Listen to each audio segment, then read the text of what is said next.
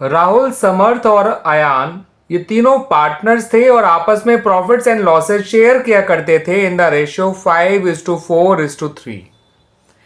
इनमें से जो अयान है उसकी फिक्स कैपिटल हमें दे रखी है ऑन 31 मार्च 2024, जो कि है ₹2,70,000।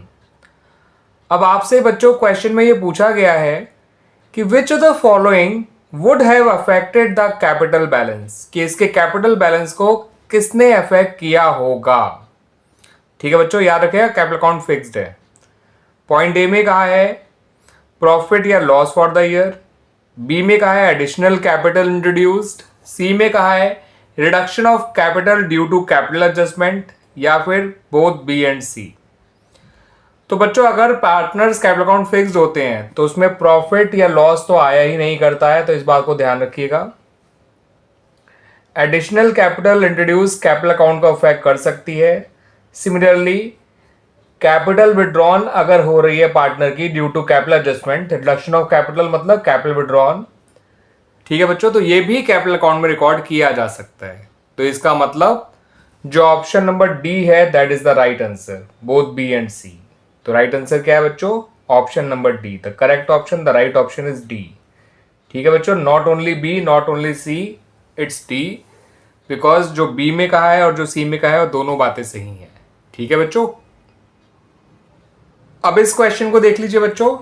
Shares issued as sweat equity can be, आपको फर्स्ट में कहा है इशूड एट पार, सेकंड में कहा है इशूड एट डिस्काउंट, और तीसरे में कहा है इशूड एट प्रीमियम। आपसे कहा गया इनमें से कौन सी बात ठीक है?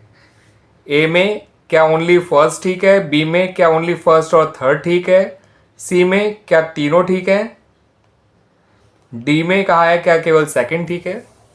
तो बच्चों अगर ये शेयर स्वेट इक्विटी का शेयर नहीं होता, issue of share for cash होता, ठीक है बच्चों, या फिर किसी वेंडर को इशू किया हुआ होता, ठीक है, तब तो शेयर्स या तो पार पे इशू हो सकता है या फिर प्रीमियम पे। लेकिन जो shares as a sweat equity to the employees और डायरेक्टर्स ऑफ द कंपनी को इशू किए जा सकते हैं, वो शेयर्स पार पे भी, प्रीमियम पे भी और डिस्काउंट पे भी, तीनों तरह से इशू किए जा सकते हैं।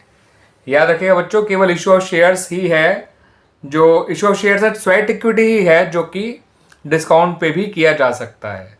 ठीक है बच्चों, तो यहां पर आपका ऑप्शन नंबर सी करेक्ट हो जाएगा, बिकॉज तीनों बातें ठीक है।